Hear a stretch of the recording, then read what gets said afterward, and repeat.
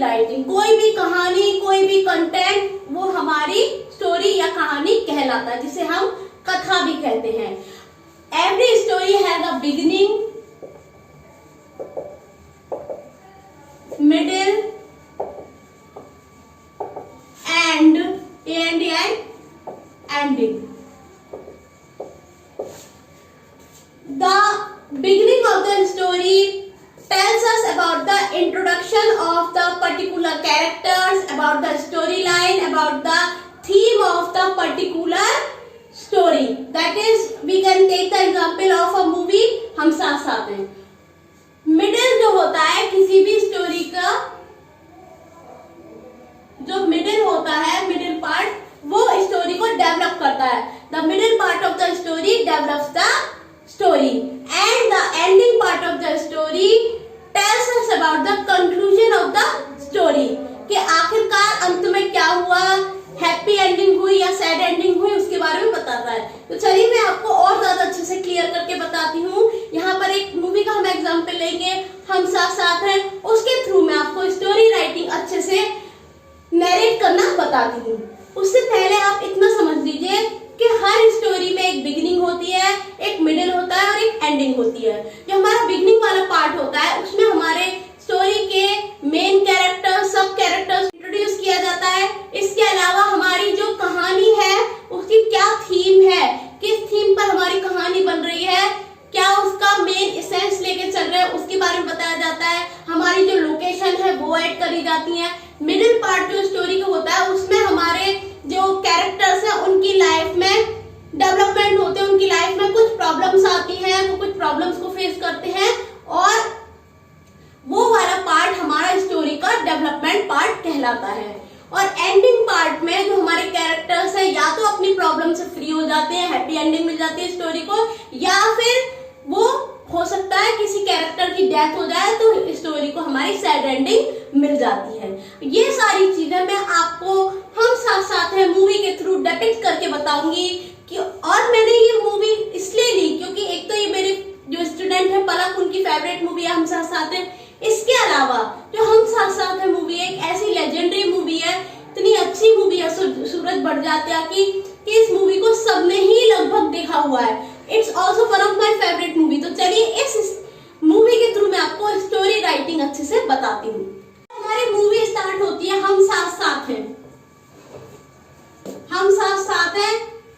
इसकी आपने जब बिगिनिंग देखी है तो सबसे पहले यहाँ पर एक आपको इवेंट दिखाया गया है, सब लोग एक साथ मिले हुए हैं और सारे कैरेक्टर्स को इंट्रोड्यूस किया जाता है। जितने भी हमारी कैरेक्टर्स हैं, जैसे सलमान खान है, सोनाली बेंद्रे का कैरेक्टर है, तब्बू है, मोनिश फैल है, Saif Ali Khan, Karisma Kapoor, everybody is introduce in the beginning. और साथ ही ये थीम भी बता दी जाती है, जो उनके घर पे एक अच्छा सा प्रोग्राम इंट्रोड्यूस होता है, एक आयोजित होता है प्रोग्राम जिसमें कि ये जो सारे बच्चे हैं अपने मम्मी पापा की एनिवर्सरी को सेलिब्रेट कर रहे होते हैं। उसमें यही थीम बताई होती है कि ये लोग सब साथ साथ रहते हैं। तो जो हमारी बिगिनिंग है उसमें ये थीम बताई गई है, एक तो कि इनका जो कॉन्सेप्ट है मेनली हम साथ साथ है, यानी कि सारे लोग टुगेदरनेस को सेलिब्रेट कर रहे हैं, साथ साथ होने को सेलिब्रेट कर रहे हैं। तो इसका जो हमारी स्टोरी है, ये इसकी पिक्चर है, इसका एसेंस क्या है,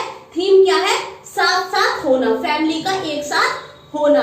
डायलॉग भी आपने वहां पे सुना होगा, the family that eats together, rises together and drinks together, that is the family. जो फैमिली एक साथ खाती है, पीती है, सोती है, वही फैमिली कहलाती है। तो ये जो है साथ साथ की थीम को लेकर चलते हैं। और बिगिनिंग में आपके सारे कैरेक्टर्स को यहाँ आपको मेन कैरेक्टर्स रहे हो, जैसे ये तीनों कपल्स दिखाए हैं, सलमान खान, सोनाली बेंद्रे, मोनिश फैल, तब्बू, सैफ अली खान, करिश्मा कपूर। इसके अलावा जितने भी माइनर कैरेक्टर्स हैं सारे इंट्रोड्यूस इन लोगों ने किए हैं, जैसे कि आलोकनाथ हैं। इसके अलावा हमारे श्रद्धा कपूर के जो डैडी हैं उनका नाम मुझे इस टाइम याद नहीं आ रहा है, काफी फेमस एक्टर रहे हैं वो हैं। और भी बहुत सारे माइनर कैरेक्टर्स को स्टार्टिंग में इंट्रोड्यूस कर दिया है और थीम बताई है कि इस पिक्चर की जो थीम है वो साथ साथ रहना है, टुगेदरनेस है। ठीक है, तो ये हमारी बिगिनिंग हो गई। अब मिडिल में क्या होता है, आपने देखा होगा कि हमारे कैरेक्टर्स की लाइफ में प्रॉब्लम आती है, जैसे कि जो सलमान खान की बहन दिखाई है नीलम, उसकी फैमिली में ये दिखाया गया है कि उनके जो जेठ है वो बाई चांस उसको जो है उसके हस्बैंड को बिजनेस से अलग कर देते हैं और वो लोग दर दर की ठोकर खाने के लिए मजबूर हो जाते हैं। कौन? नीलम और उसके हस्बैंड और उसकी छोटी सी प्यारी सी बेटी। तो यहाँ पर फैमिली टुगेदरनेस में एक ब्रेक आ जाता है, फैमिली टूट जाती है, ये चीज दिखाई गई है। तो उसके साथ ही जो हमारी सलमान खान की माँ दिखाई गई है, उनकी लाइफ में भी कुछ ऐसी उनकी फ्रेंड्स आती हैं जो उनको बहुत ज्यादा भड़काती हैं, उनको ये समझाने की कोशिश करती हैं, गलत चीजें सिखाने की कोशिश करती हैं कि जो उनका बड़ा बेटा है मनीष पहल, वो उनका अपना बेटा नहीं है और कल को उसका भी जायदाद पे पूरा हक हो जाएगा और वो भी इसी तरह से जो सलमान खान की माँ से अलग कर देगा और इसी तरह से वो बच्चे भी दर दर की ठोकर खाने के लिए मजबूर हो जाएंगे। तो यहाँ फैमिली फ्रैक्चर दिखाया है, यानी कि फैमिली में डिस्प्यूट्स आ जाते हैं, फैमिली ब्रेक हो जाती है और आपस में टेंशन्स हैं, आपस में मिसअंडरस्टैंडिंग्स है। दिखाया गया है कि जो इनका साथ साथ है का कॉन्सेप्ट है वो कुछ देर के लिए हिल जाता है, क्योंकि वहां उनकी बहन जो है नीलम, उसकी फैमिली में प्रॉब्लम आ जाती है। यहाँ सलमान खान की माँ भी ये ऑर्डर दे देती है कि जो बड़ा बेटा है मनीष पहल को अपनी वाइफ को लेकर के चला जाए, जिस तरह से सेम रामायण में दिखाया था, कैकई ने जैसे बोल दिया था उस तरह से। और इस तरह से उन कैरेक्टर्स की लाइफ में प्रॉब्लम आ जाती है। सलमान खान की बहुत बड़ी समझदारी यहाँ पर दिखाई है कि वो फिर भी अपने भाई से बहुत प्यार करता है, वो उसकी जगह लेने को बिल्कुल भी तैयार नहीं है, कंपनी का एमडी बनने के लिए तैयार ही नहीं है। तो सिर्फ उसकी समझदारी की वजह से फैमिली पूरी तरह से टूटने से बच जाती है। तो मेरा कहने का मतलब यह है कि ये जो मिडिल पार्ट होता है डेवलपमेंट वाला, इसमें हमारे जो कैरेक्टर्स होते हैं उनकी लाइफ में प्रॉब्लम्स आती हैं, किस तरह से और कैसी भी छोटी से छोटी बड़े से बड़े लेवल की वो प्रॉब्लम्स हो सकती है, जैसा कि मैंने अभी आपको हम साथ साथ मूवी का एग्जांपल दे करके बताया। तो ये प्रॉब्लम्स को वो किस तरह से डील करते हैं, कैसी प्रॉब्लम्स उनकी लाइफ में आती हैं और किस तरह से इस प्रॉब्लम के दौरान वो अपने पेशेंस को बनाए रखते हैं, ये हमारा स्टोरी का मिडिल पार्ट बताता है। अब आते हैं एंडिंग वाले पार्ट पर।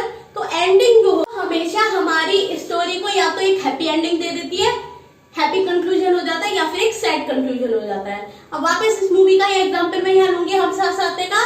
आप एट लास्ट इस मूवी में कंक्लूजन में देखते हैं कि जो मिसअंडरस्टैंडिंग है पूरी फैमिली मेंबर्स की सब क्लियर हो जाती है।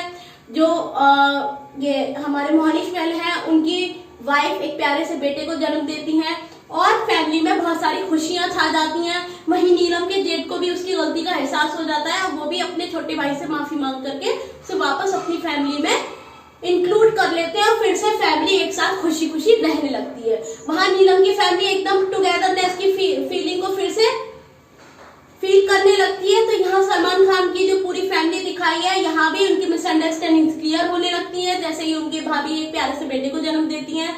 और जो सलमान खान की माँ की जो फ्रेंड्स दिखाई है, जिन्हें 3 तितलियों के नाम से भी इस मूवी में बताया गया है, तो वो तितलियां भी धीरे धीरे करके उनकी लाइफ से जाने लगती हैं और इस तरह से सलमान खान की माँ, जो कि कुछ समय के लिए अपनी फ्रेंड्स के भड़काने में आ जाती हैं, वो भी वापस से समझदार हो जाती है और उसे अपनी गलती का एहसास होता है कि सारे इंसान एक जैसे नहीं होते। मेरा जो बड़ा बेटा है वो मेरे बाकी जो रियल बच्चे हैं, जो उसके अपने बायोलॉजिकल बच्चे हैं, उनका हक कभी भी नहीं छीनेगा। इसीलिए वो अपने बेटे बहू से, जो बड़े वाले बेटे बहू हैं, उनसे माफी मांग करके उन्हें वापस ले आते हैं और इस तरह सलमान खान की फैमिली है वो भी फिर से एक हो जाती है, सारी मिसअंडरस्टैंडिंग क्लियर हो जाती है, सारे कपल्स की शादी हो जाती है, क्योंकि उनके बड़े भाई की ऑलरेडी शादी हो रखी थी सलमान खान की। अब ये जो सलमान खान और सैफ अली खान, इनकी शादियां होनी थी, वो भी हो जाती है और इस तरह से इनकी फैमिली भी कंप्लीट हो जाती है, एक साथ हो जाती है और फिर से टुगेदरनेस की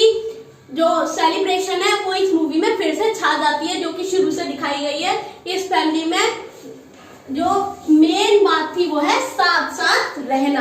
किसी के भी मन में एक दूसरे के लिए भेदभाव नहीं है, कोई भी किसी से भी किसी तरह की लड़ाई झगड़ा नहीं करता, सभी एक साथ बड़ी ही प्यार से खुशी खुशी एक दूसरे के साथ रहते हैं। तो एट लास्ट में यही होता है कि फैमिली फिर से एक हो जाती है, फिर से सबके मनमुटाव दूर हो जाते हैं और ये लोग फिर से हम साथ साथ हैं मूवी को सेलिब्रेट करते हैं। लास्ट में वो गाना भी दिखाया गया है, जन्मों के साथ ही हम साथ साथ हैं।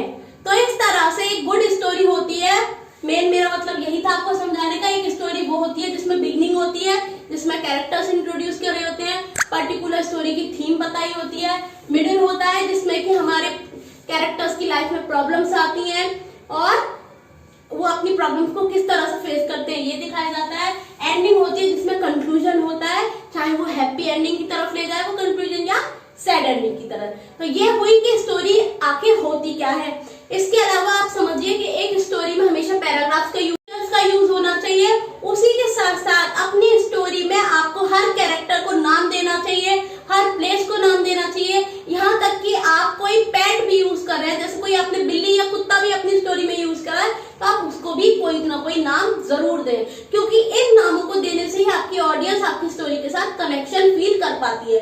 अगर ये हम साथ साथ है मूवी या कोई और मूवी में कैरेक्टर्स के नाम ना होते, जगह के नाम ना होते या पेट्स के नाम ना होते, तो क्या आप इनके साथ कनेक्शन फील कर पाते? नहीं कर पाते। तो चलिए, ये बात रही स्टोरी होती क्या है, शॉर्ट स्टोरी राइटिंग किसे कहते हैं। अब हम समझेंगे what should be the important points to write a good short story.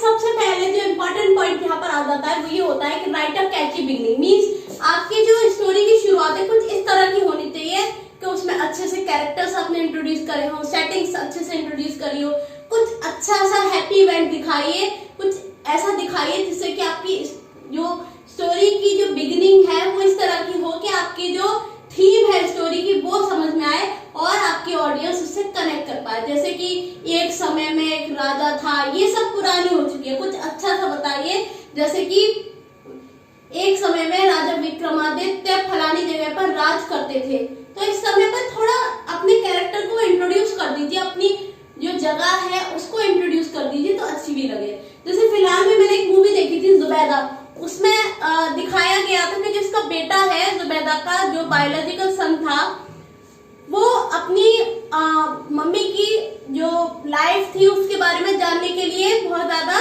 Curious है, तो ये उसके बारे में फैक्ट्स जुटाता है। तो इस तरह से जो स्टोरी की जो बिगनिंग करी थी जुबैदा की, तो वो अपने आप ही हमें स्टोरी में एक इंटरेस्ट पैदा करता है कि आखिर स्टोरी होने क्या वाला है, आखिर इसकी मम्मी के साथ हुआ क्या था, आखिर वो अब कहाँ है। तो इस तरह की कुछ इस तरह की आप बिगनिंग डालिए कि हमारी जो ऑडियंस है वो सस्पेंस में पड़ जाए, उसे आपकी स्टोरी में कहीं ना कहीं इंटरेस्ट पैदा हो। और ये जो शुरुआत इन्होंने करी थी जुबैदा मूवी की, जो हमारी मेन कैरेक्टर कपूर, उसके बारे में ही शुरू से दिखाया गया कि उसका बेटा जो है अपनी अम्मी की तलाश कर रहा है कि उसके बारे में क्या हुआ था, उसकी लाइफ कैसी थी, वो कैसी दिखती थी। तो इससे ही पता चलता है कि हमारी जो स्टोरी की मेन थीम थी वो है जुबैदा। जो हमारी मेन एक्टर थी उसका नाम ही जुबैदा था और उसी के नाम पर ही पूरी मूवी का भी टाइटल था जुबैदा। ठीक है, तो इस तरह से आपकी जो बिगनिंग है वो कैची होनी चाहिए, अट्रैक्टिव होनी चाहिए, जिससे आपकी स्टोरी से आपकी जो ऑडियंस है वो कनेक्ट कर पाए। Develop your character, second point आ जाता है डेवलप योर कैरेक्टर्स। जो आपके कैरेक्टर है उनके नाम होने चाहिए, उनकी कोई ना कोई पर्टिकुलर क्वालिटी दिखाइए। जैसे कि आपने कई सारी मूवीज में देखा होगा, साउथ इंडियन मूवीज में कॉमिक कैरेक्टर बनाते हैं, उसकी कुछ ना कुछ अपनी क्वालिटी दिखा देते हैं। या फिर आजकल एक मूवी आई थी ये शाहरुख खान और दीपिका पादुकोण की एक मूवी थी चेन्नई एक्सप्रेस।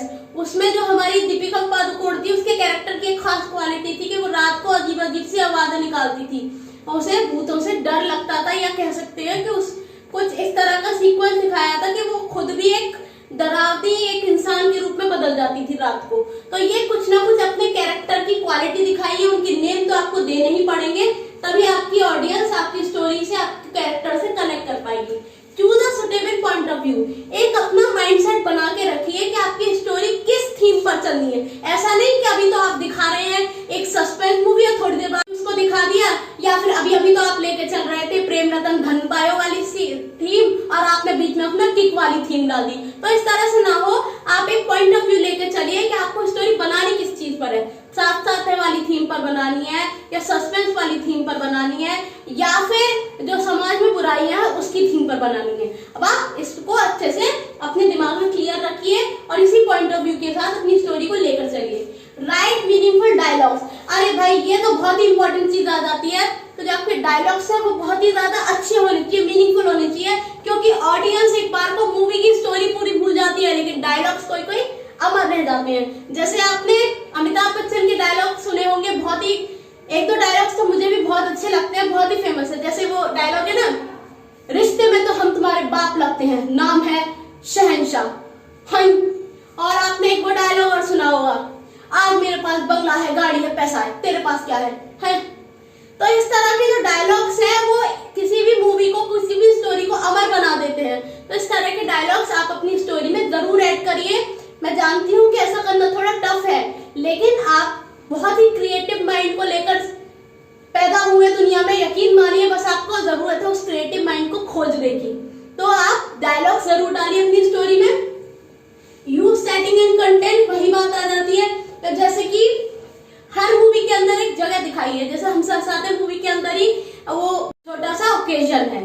तो बहुत जरूरी है कि जब तक आपकी मूवी में, आपकी स्टोरी में, आपके कैरेक्टर्स की लाइफ में प्रॉब्लम्स नहीं आएंगी, कुछ टेंशन्स क्रिएट नहीं होगी, तो ऑडियंस को भी वो देखने में मजा नहीं आएगा। अब जैसे कि हम साथ साथ मूवी थी, सब कुछ अच्छा चल रहा था, सारे कैरेक्टर साथ में खुश थे, नाच रहे थे, गा रहे थे, खुशियां मना रहे थे। लेकिन जब बीच में ये लोग अलग अलग हो गए, फैमिली में मिसअंडरस्टैंडिंग आ गई, टेंशन आ गई, तभी तो ऑडियंस का इंटरेस्ट बना इस मूवी में, तभी तो वो लगातार 3 घंटे तक मूवी को देख पाई ऑडियंस। तो बहुत जरूरी है कि ऑडियंस के लिए आप कॉन्फ्लिक्ट क्रिएट करें स्टोरी के अंदर अपनी, और टेंशन दिखाएंगे। हमारे जो कैरेक्टर्स हैं उनकी लाइफ में प्रॉब्लम्स आ गई हैं, टेंशन्स आ गई हैं, उनमें आपस में डिस्प्यूट्स हैं, या वो किसी प्रॉब्लम से जूझ रहे हैं। तो इस तरह से आपकी जो ऑडियंस है वो आपकी स्टोरी से कनेक्ट करेगी और वो उत्सुक रहेगी एंड तक आपकी स्टोरी को पढ़ने के लिए कि आखिरकार हमारे कैरेक्टर्स की लाइफ में खुशियां आएंगी या नहीं आएंगी। तो आप अपने ऑडियंस की लाइफ, आप अपने कैरेक्टर्स की लाइफ में प्रॉब्लम्स दिखाइए, टेंशन दिखाइए, कॉन्फ्लिक्ट दिखाइए, मिसअंडरस्टैंडिंग दिखाइए, जिससे आपकी स्टोरी बहुत ही ज्यादा खूबसूरत लगे। बिल्ड टू राइज और क्लाइमैक्स, और आखिरकार उन प्रॉब्लम्स का, उन टेंशंस का एक ऐसे मोड़ पर उनको लेकर के आइए कि वहां पर लगे कि अब तो या तो जीने वाली कंडीशन हो गई या मरने वाली कंडीशन हो गई, अब तो या तो आर या फिर पार, यही होने वाला है। जैसे कि आपने एक मूवी देखी है शोले, शोले में लड़ाई झगड़ा सब कुछ दिखाते हैं। सेंटर में एक थीम दोस्ती की भी चलती है, ये दोस्ती हम नहीं छोड़ेंगे जगमगा तेरा साथ ना छोड़ेंगे। तो ये जो अमिताभ और धर्मेंद्र की दोस्ती दिखाई है, इसमें एक मोड़ ऐसा आ जाता है, आपस में एक दूसरे के लिए लड़ते रहते, उस डाकू से लड़ते लड़ते कि इनको एक दूसरे के लिए जान तक देने की नौबत आ जाती है। तो वही होती है सेम सिचुएशन क्लाइमैक्स, कि आखिरकार अब ये कैरेक्टर क्या करने वाला है अपनी प्रॉब्लम को सॉल्व करने के लिए। ठीक है, तो ये होता है क्लाइमैक्स। जैसा कि आपको हम साथ साथ मूवी में देखने को मिलता है कि जब प्रॉब्लम बहुत ज्यादा बढ़ जाती है, बिल्कुल ही ऐसा लगता है कि अब तो फैमिली कभी एक हो ही नहीं पाएगी, तभी कुछ ना कुछ ऐसा हो जाता है कि सब कुछ ठीक होने लगता है। जैसे कि ये जो सलमान खान के बड़े भाई के घर पे बेटा पैदा हुआ और आखिरकार वही क्लाइमैक्स था, सब कुछ ठीक होता चला गया। फाइंड अ रिजोल्यूशन, यानी कि एक प्रॉब्लम, उस आपकी जो अब तक क्लाइमैक्स चलता है, जो प्रॉब्लम चलती है, जो टेंशन चलती है हमारे कैरेक्टर्स की लाइफ में, उन सबका एक सॉल्यूशन हो जाए, वो एक हैप्पी एंडिंग हो या सैड एंडिंग हो जाए। जैसे वो सलमान खान के बड़े भाई के घर पर जब बेटा पैदा हो जाता है, उसके बाद में सारे कैरेक्टर्स फिर से मिल जाते हैं, फैमिली की सारी मिसअंडरस्टैंडिंग दूर हो जाती हैं, सब फिर से एक हो जाते हैं और हर तरफ खुशियां खुशियां हो जाती हैं। और एट लास्ट जो फैमिली, हमारी जो एक थीम यहाँ पर लेकर चल रही थी मूवी, हम साथ साथ हैं, यानी कि टुगेदरनेस की जो थीम थी, हम साथ साथ हैं, वो एट लास्ट भी कारगर होती है और फिर से फैमिली एक, ऑल सेलिब्रेट टुगेदरनेस। उसी तरह से मैं आपको यहाँ एक मूवी का और एग्जांपल दूंगी। आप स्टूडेंट्स हैं तो एजुकेशनल मूवी भी हमें एक लेनी चाहिए। जैसे मैं एक एग्जांपल लूंगी, मुझे बहुत पसंद है एक मूवी और, 3 इडियट्स। 3 इडियट्स मूवी में जो स्टार्टिंग में दिखाया जाता है, सारे कैरेक्टर्स इंट्रोड्यूस करे जा रहे हैं। आमिर खान है, आर माधवन है, शर्मन जोशी है, इसके अलावा और जितने भी माइनर कैरेक्टर्स हैं, करीना कपूर है, मोना है, इसके अलावा और भी कैरेक्टर्स हैं, वो सारे इंट्रोड्यूस करे जाते हैं। सॉरी, मुझे कुछ कैरेक्टर्स के नाम यहाँ पर रिमाइंड नहीं हो रहे।